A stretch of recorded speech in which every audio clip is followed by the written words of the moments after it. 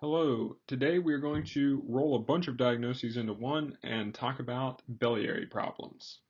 There are several different types of biliary disease. Some affect the gallbladder, some affect the bile ducts, but they in large part have pretty similar presentations. So we're going to discuss the high-yield history and physical exam for biliary disease as a group. So this patient will typically come in with epigastric or right upper quadrant pain. They can describe it anywhere from dull and achy to a sharp stabbing pain. The classic presentation is that this pain radiates to the right shoulder and is associated with eating meals, typically fatty meals or something similar. They'll often have nausea and vomiting, or at least feel pretty crappy, like they have a stomach ache. It's important to ask about any history of rapid weight loss, diabetes, if they have a family history of any biliary problems or gallstones, if they've recently had TPN, if they have sickle cell disease, and if they have the classic 4Fs whenever you're examining them. For physical exam, a common one that you're going to see in vital sign derangement might be fever, and this points to them having a more severe presentation. Right upper quadrant tenderness on exam is pretty common, including Murphy sign, which is whenever they go to take a deep breath in, whenever you're pressing on them, and they have what's called inspiratory arrest, whenever they reach that point of inspiration while you're pressing. And also look for jaundice. Jaundice appears first in the gums, and then in the eyes, and then in the skin. So you want to do a pretty thorough look for jaundice. Then consider looking for Charcot's triad. This is stuff that you've pretty much already looked for, but whenever you sum up and present to your attending, you'll want to group these things together potentially. Charcot's triad includes fever, right upper quadrant pain, and jaundice. This points to cholangitis.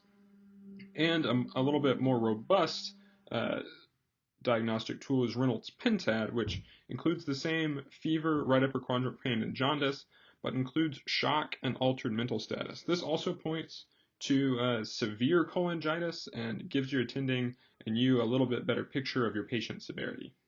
Your differential diagnosis here is going to look like a pretty standard differential for abdominal pain, including things like hepatitis and pancreatitis, peptic ulcers, renal colic, esophagitis, but you're also going to want to include things that are intrathoracic like pneumonia, pulmonary embolism, MI, or aortic dissection, because these are all really deadly things that can present with epigastric pain and you don't want to miss them. As always, we're going to shape our diagnostic testing based on our differential, so we're going to get a CBC, a BMP, LFTs, lipase, UA, a HCG if the patient has a uterus, and a troponin to rule out MI. We're also going to get that EKG to rule out MI because this is something we never want to miss.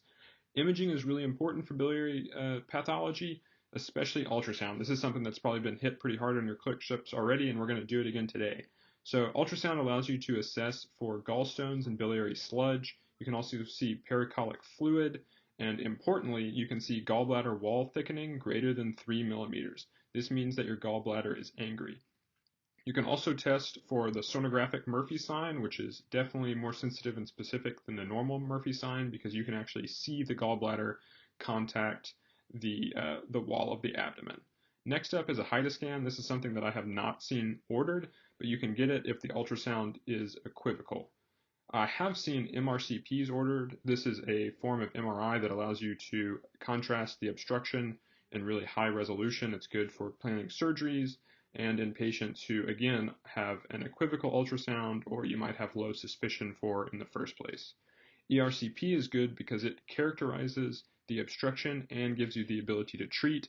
This is super important whenever you have patients who are really severe and might not be able to undergo surgery or might not have a type of biliary disease that requires surgery immediately. Because ultrasound is so important, we're going to quickly go through some ultrasounds. The one you see on the screen is for cholecystitis. We see an actual gallstone in the gallbladder, which is definitely a tip-off that you have some biliary pathology. You also see labeled in blue the pericholecystic fluid and wall thickening. Though it's not actually labeled what the wall thickening is, if you were the one doing the scan, you would go in and use the measuring tool to confirm that this is greater than 3 millimeters. So the next patient comes in and they have a similar complaint, and you go and put the probe on them, and their gallbladder looks pretty normal, not too angry, but in the process of scanning them, you see that their common bile duct might look a little bit bigger than normal. And bigger than normal here is going to be greater than 6 millimeters. This scan is really interesting because we actually see a stone in the common bile duct, and the way that you can note this for sure is that the stone casts a shadow on the ultrasound. So that streak you see that's labeled as the shadow is actually projected by the stone blocking the ultrasound waves. So this is a good way to confirm that what you're looking at is actually a stone, especially in the common bile duct. So now that we've finished looking at our patient's ultrasound, it's time to discuss the four main biliary pathologies, starting with biliary colic or cholelithiasis.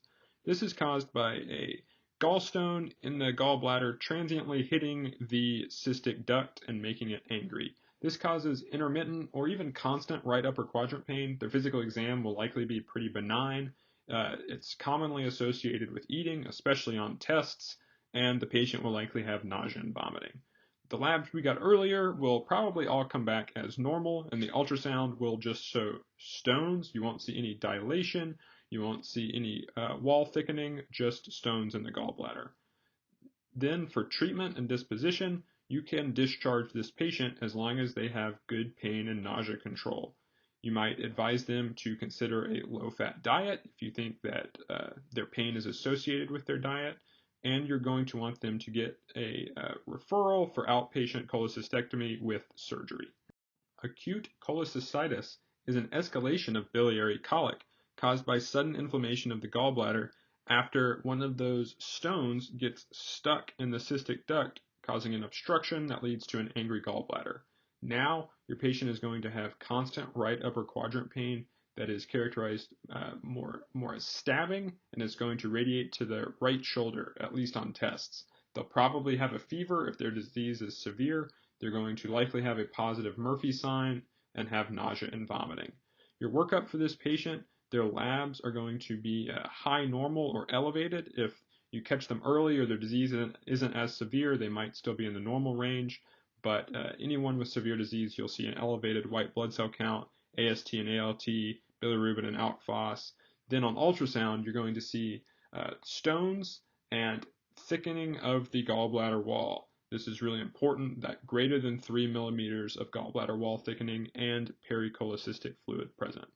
Their disposition and treatment, you're going to make them NPO, start them on IV fluids, and give them adequate pain and nausea control. Then you're going to start them on antibiotics according to your local antibiogram.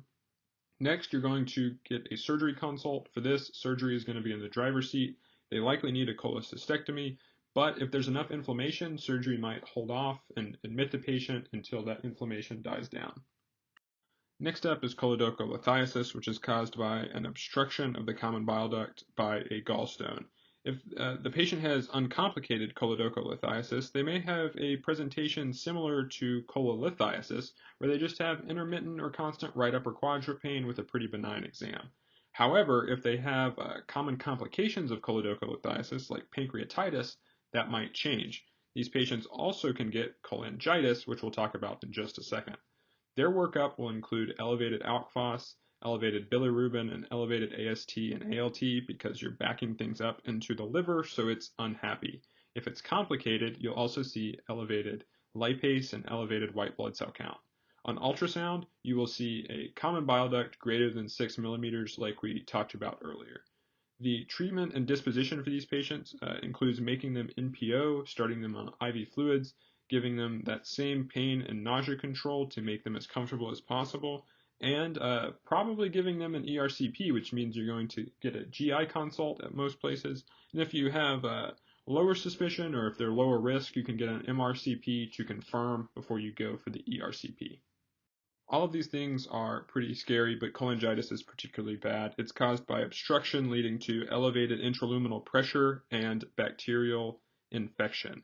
Your presentation is going to be Charcot's triad or Reynolds pentad that we discussed earlier, but the important thing to remember from these is that this means your patient will likely present in shock if they have severe disease.